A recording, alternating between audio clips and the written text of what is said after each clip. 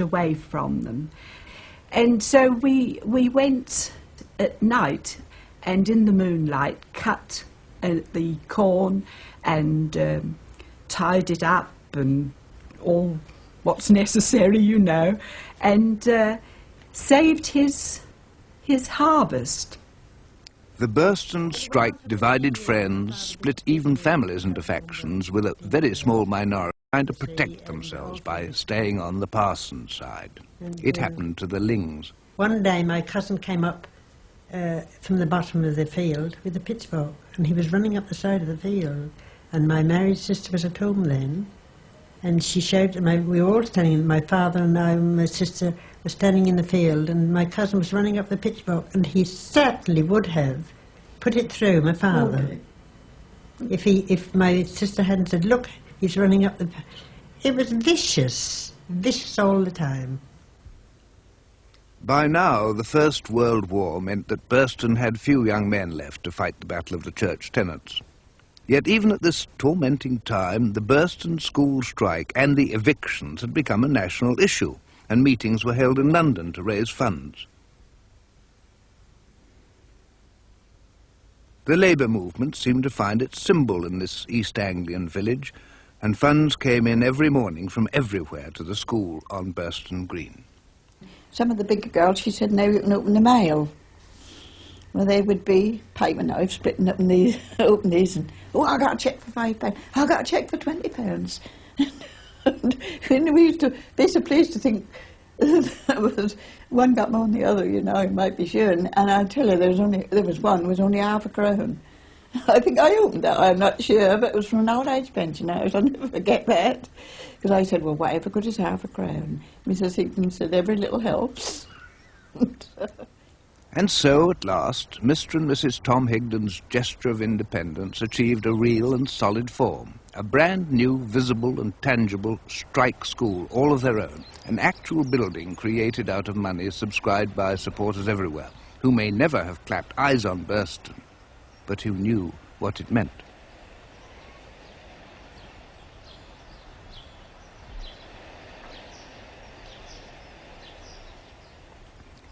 On Sunday, May the 13th, 1917, while the Great War raged in Flanders, the strike school at Burston, Norfolk, was formally opened by its leading pupil, Violet Potter. The green was crowded so much you couldn't see over the top of people's heads. I don't know how many people, and all lined up by the sides of the roads and all up the driveway here. And then they gave me the, I suppose, signal to open the school.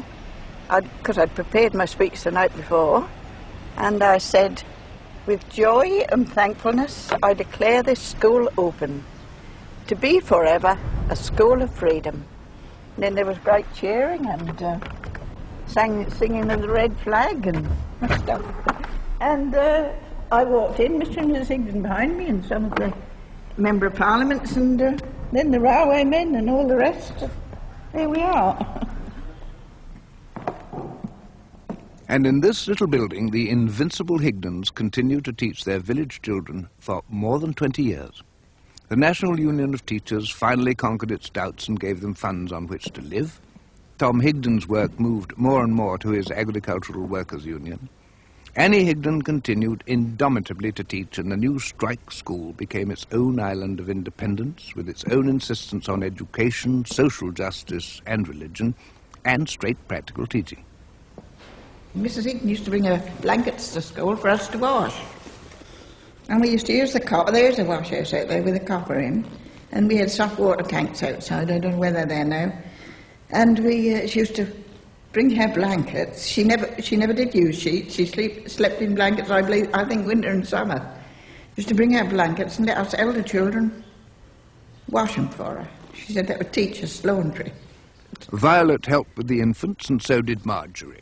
I used to teach these children, and she said to me, you are very, very good. You got them on, getting them on with the reading, marvellous.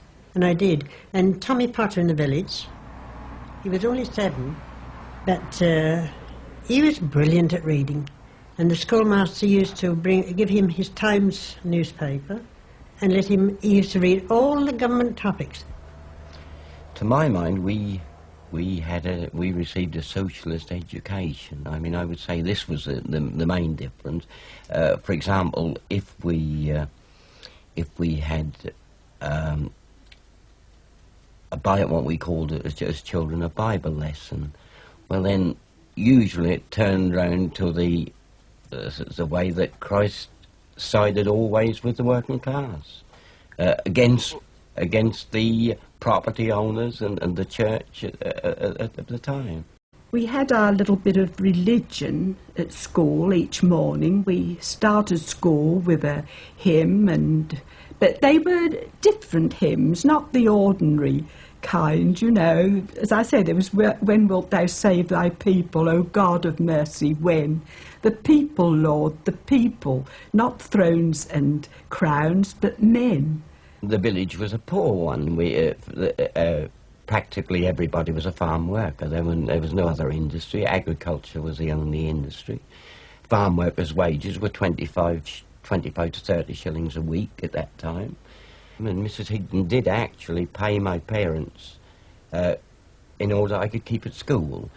Not being a recognised school, we were not allowed to enter for the grammar school exam at the old secondary school examination, and therefore I never got the chance to go to the secondary school. But she did pay my parents, I believe, 10 bob a week, so that I could stay on at school another year, and this I did.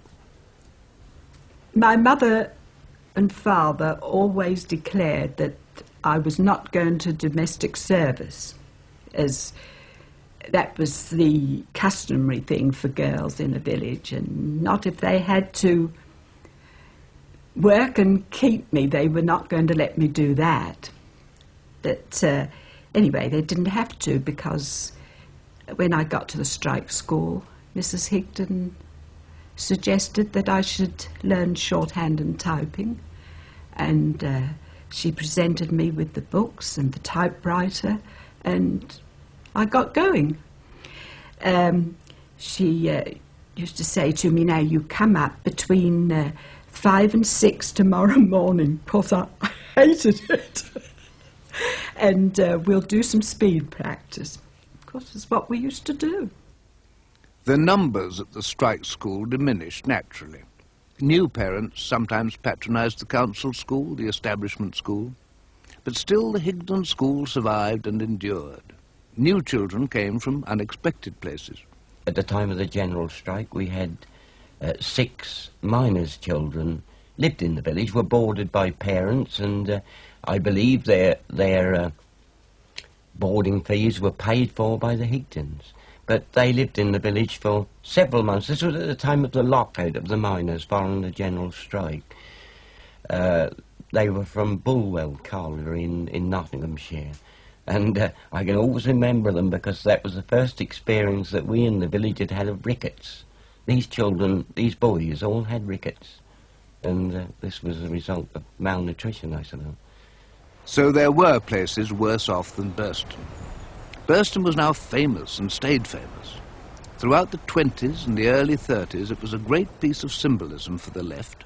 I've seen the village green covered with people. I mean, 1,000 people standing there.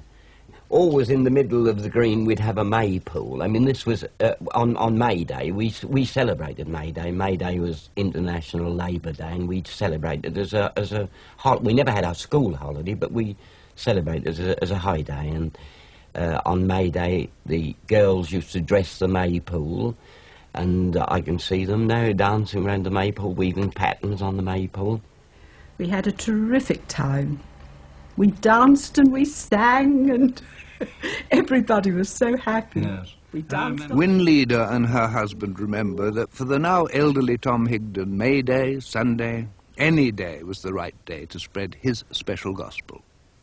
Tom Higdon was a lay preacher, and he used to almost every Sunday find some chapel somewhere to take a service. Well, he didn't actually find it, dear. They used they to invite him and ask him to. That's right. To go. And of course, Tom didn't hesitate to say that he used the chapel as a means of propaganda in favour of his union and in favour of his political ideas, which were socialists. They supported the agricultural labourers all along the line, and whenever there was a strike in some village of agricultural workers, Mr. and Mrs. Higden would take a few of us to this village, and we'd go and we'd talk to the labourers and sing to them, and of course all the labour things, you know. By the mid-1930s, there were still about 20 Burston children going to Annie Higden's school, still being taught the truth as she saw it and not as she was seeing it, still battling on, well past retiring age, and still stubbornly refusing all offers of help. So I believe the school would have still been a school today had the Higdens been a bit more compromising. I mean, I remember that teachers, several socialist teachers, would have liked to have taken over the school and to had it secured its future as a school. One of the group who really wanted to see this Burston experiment continue was a London headmaster, Granville Giles. Quite obvious that Mrs. Higden wasn't going to last forever. And we did find somebody who was willing to take it on, if we could work it. And I was deputed to go down and see Mrs. Higden and see if she could be persuaded to take this person into the school and later hand it over. I think I must have been 4 or 5 hours driving around the countryside in an old dog cart with her, and I don't think we really ever reached the real subject that I wanted to talk about. This stubborn and indeed heroic old teacher wasn't going to surrender any hold on her achievements. She'd been the captain and she was going to stick to the ship. In August 1939, 25 years after the Burston children had come out on their famous strike, Tom Higden died. And from all over the country, trade union leaders came to his funeral.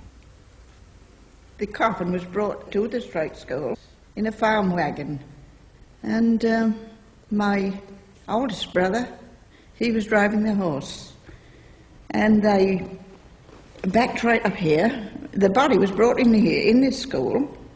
It wasn't taken in church, in here, and we had a little bit of, funeral service, and Mrs. Higden knelt down and she sang, "The Lord is my shepherd." And she'd got a beautiful voice, lovely singer, and she sang and the expression on her face was terrible. You see, she idolised him. They buried Tom Higden in Burston graveyard, so the church got that tough old radical at last. His wife Annie carried on with the strike school as long as she could, but it wasn't long. A few years later, she joined Tom in Burston graveyard. But the school is still there, the famous strike school. It's not a school anymore, it's used as a village hall. But it's more than either, really. It's a memorial to freedom.